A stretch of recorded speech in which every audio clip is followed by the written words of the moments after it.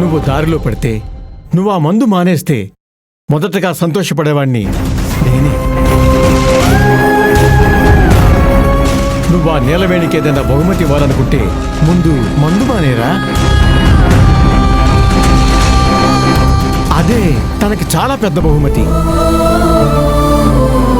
అర్థం చేసుకో.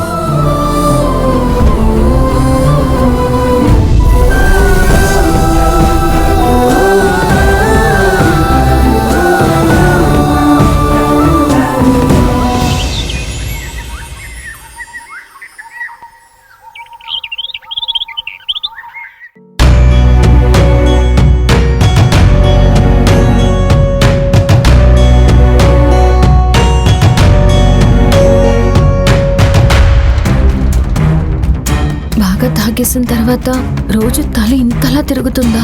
తల ఇంత తిప్పుతూ ఉంటే ఎందుకు తేనె తాగినట్టు, తీర్థం తాగినట్టు మందు అంతలా తాగుతారు? భరించలేకపోతున్నాను. తారక్ సార్ మీద కోపంతో అనవసరంగా తాగినట్టున్నాను. ఇప్పుడు ఈ తలపోటు తట్టుకోలేకపోతున్నాను.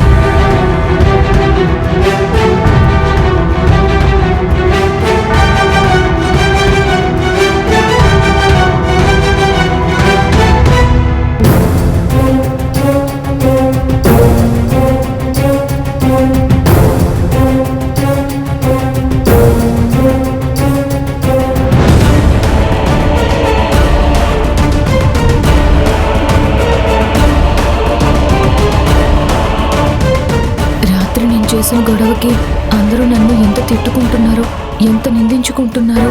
నీలవేణి అంటే మంచి పిల్ల అనుకునేవారు ఇప్పుడు మూర్ఖపు పిల్ల అనుకుంటారు ఏంటి?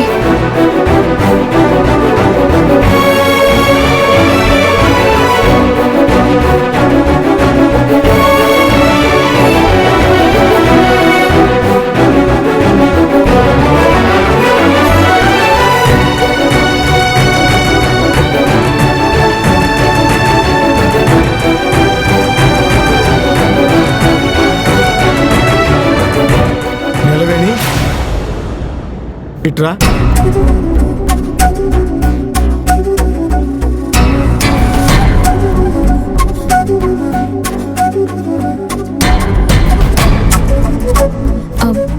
పెద్దయ్య గారు, అది